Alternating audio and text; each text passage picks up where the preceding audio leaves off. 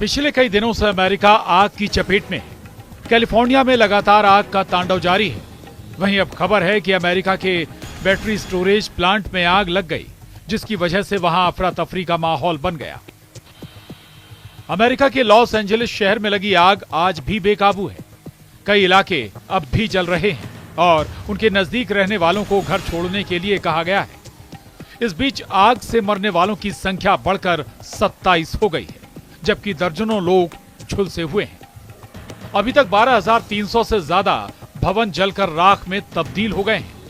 150 अरब dollar से ज्यादा के नुकसान का अंदेशा है। लॉस एंजलिस के पैलिसेड्स इलाके में आग से सबसे ज्यादा बर्बादी हुई है।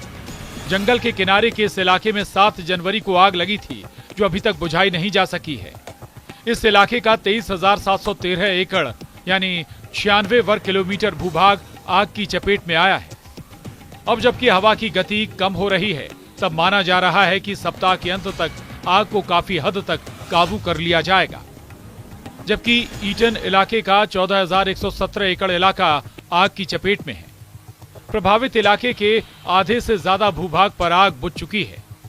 अमेरिका की नेशनल वेदर सर्विस ने कहा है कि इस सप्ताह की शुरुआत में हवा की जिस तरह की गति तेज हुई थी, कुछ वैसी ही आशंका 20 जनवरी से शुरू होने वाले अगले सप्ताह में है।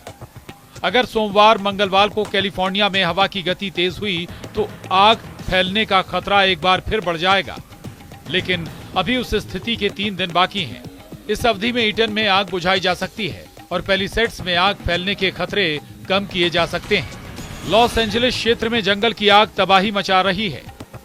इसके दुष्परिणाम से बचने के लिए कैलिफोर्निया के लोग एक बार फिर जलवायु सुपर फंड कानून बनाने की मांग कर रहे हैं।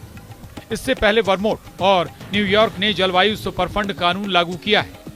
इसके तहत ऊर्जा कंपनियों को भीषण गर्मी और जलवायु परिवर्तन से निपटने में मदद के लिए भुगतान करना आवश्यक होगा। सेंटर फॉर बायोलॉजिकल डाइवर्सिटी के क्लाइमेट लॉ इंस्टीट्यूट की निदेशक कैसी सीगल ने कहा है कि करदाता जलवायु जनित आपदाओं का 100% बोझ उठा रहे हैं। उन्होंने आगे कहा कि इस तरह के कानून से कैलिफोर्निया वासियों पर से कुछ बोझ कम हो जाएगा। अब सवाल उठता है कि इस नए कानून से तेल कंपनियां आने वाली चुनौतियों से बच पाएंगी।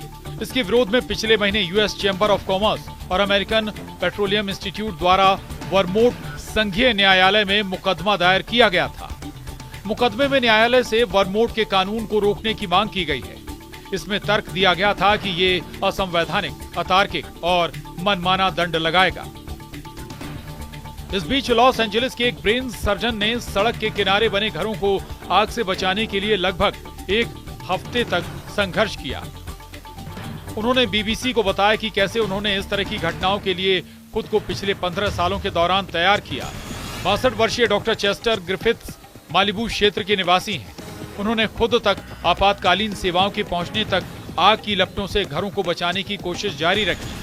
वो इलाके को खाली करने वाले आदेश की तब तक अनदेखी करते रहे जब तक कि आपातकालीन सेवाएं उन तक नहीं पहुंच गईं। इस दौरान डॉक्टर चेस्टर ग्रिफिथ्स ने अपने बेटे और पड़ोसी की मदद से लॉस एंजलिस में लगी आग की लपटों से घरों को बचाने के लिए 1 हफ्ते तक वो जूझते रहे। अमेरिका के लॉस एंजलिस में फैली आग को बुझाने का हर प्रयास जारी है। जंगल से शहर में फैली आग ने हजारों घरों को जलाकर खाक कर दिया है।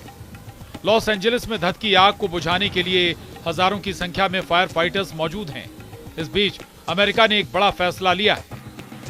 दरअसल अमेरिका ने अब लॉस एंजलिस में लगी आग बुझाने के लिए कैलिफोर्निया की जेलों में बंद 1000 से अधिक कैदियों को फ्रंट लाइन पर तैनात किया है।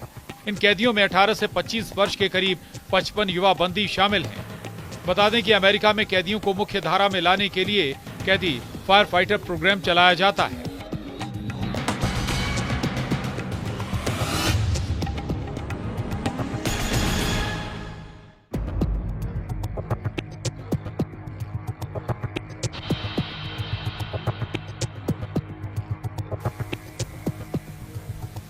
कैलिफोर्निया के कई फायर कैंप में इन कैदियों को प्रशिक्षित किया जाता है।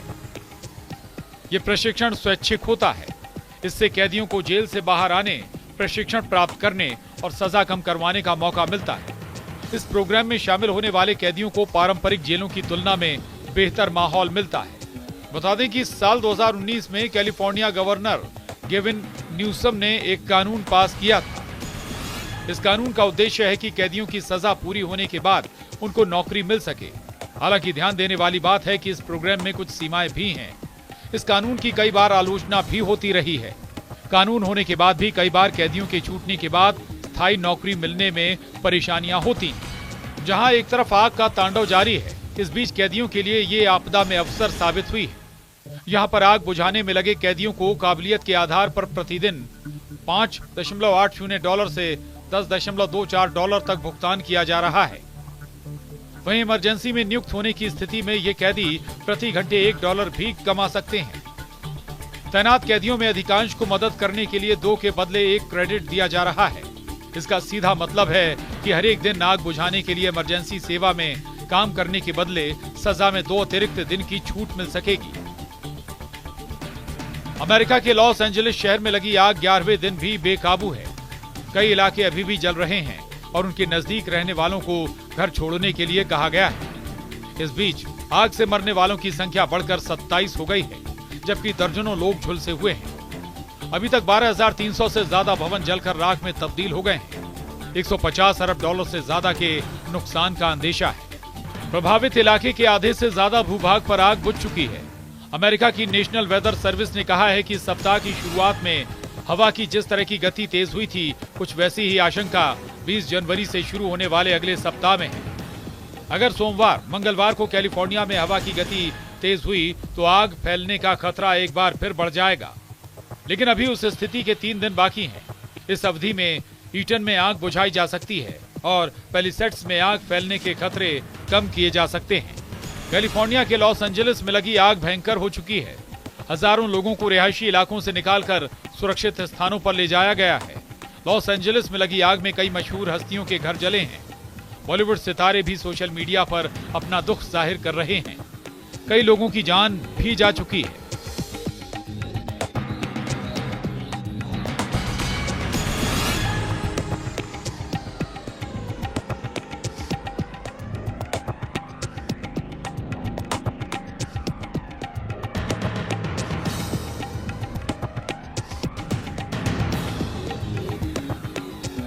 हालांकि academy of motion picture arts and sciences ने कथित तौर पर इन दावों को खारिज कर दिया।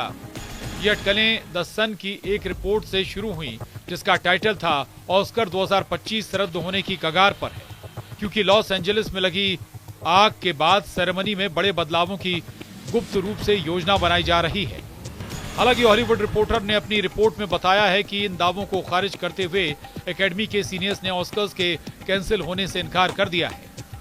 रिपोर्ट में बताया गया है कि ऐसी कोई एडवाइजरी कमेटी मौजूद नहीं है और ऑस्कर बोर्ड और गवर्नर्स में 55 सदस्य हैं, जो कि इस समारोह के बारे में निर्णय लेते हैं।